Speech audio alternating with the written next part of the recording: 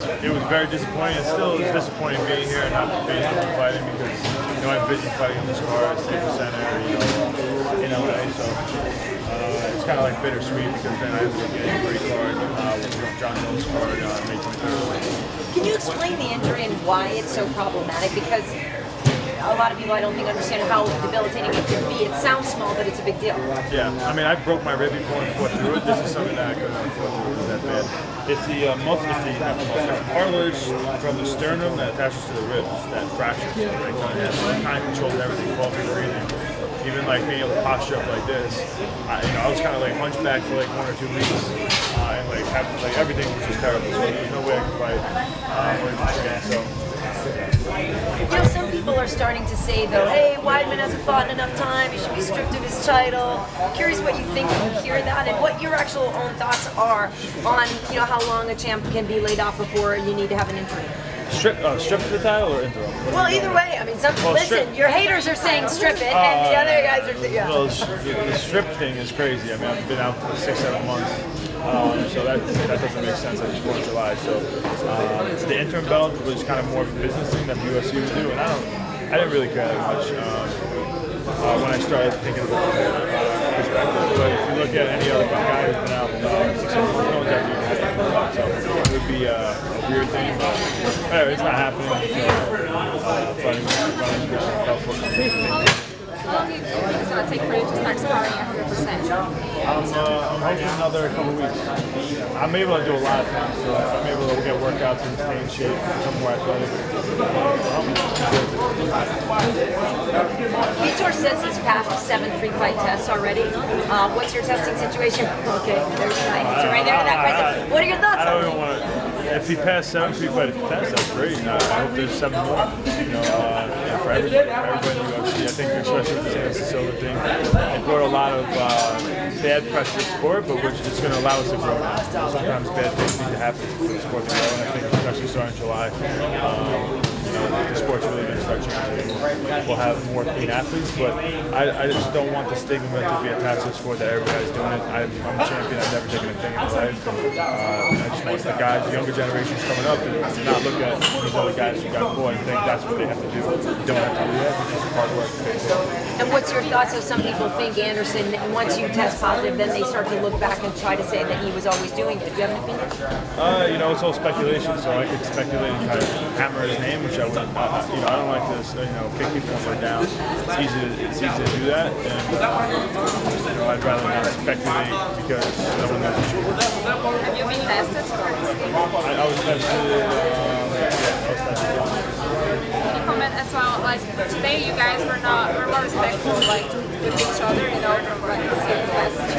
Can you comment on that changing? Well, we ended up. I was working out with Dillashaw and Faber in the workout room here, and all of a sudden the door opens up and Vitor Belfort starts walking in. We're staring each other down. We weren't sure if we were going to hate each other or not, and then we ended up cracking a smile. Before we started chatting, everybody else started chatting, and so everything kind of started out.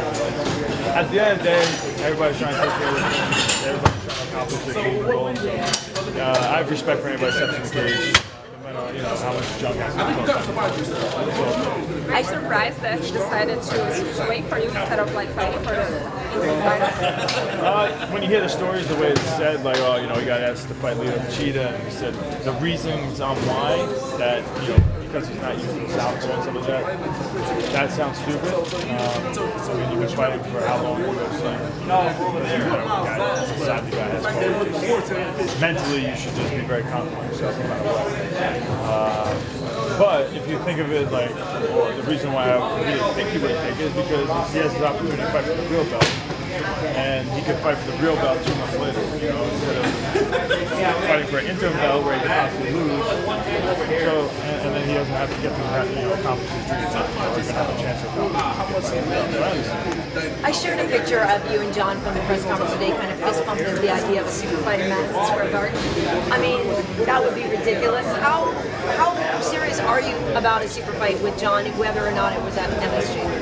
I got Vitor Belfort on my mind. He has Anthony Johnson on his mind. But I have a vision since I started this sport. Let me throw your curveball. I started with beating Anderson Silva and defending the belt, and I said I was going to do it. Clearing out my division and have a couple super fights. And I want to fight the best guys in the world. People that think I want to fight the guys that people think I can't beat. And so I don't want to fight guys, everybody thinks. So best competition is what I want. In light of the steroid controversy these days, how does it feel going up against a guy who has a track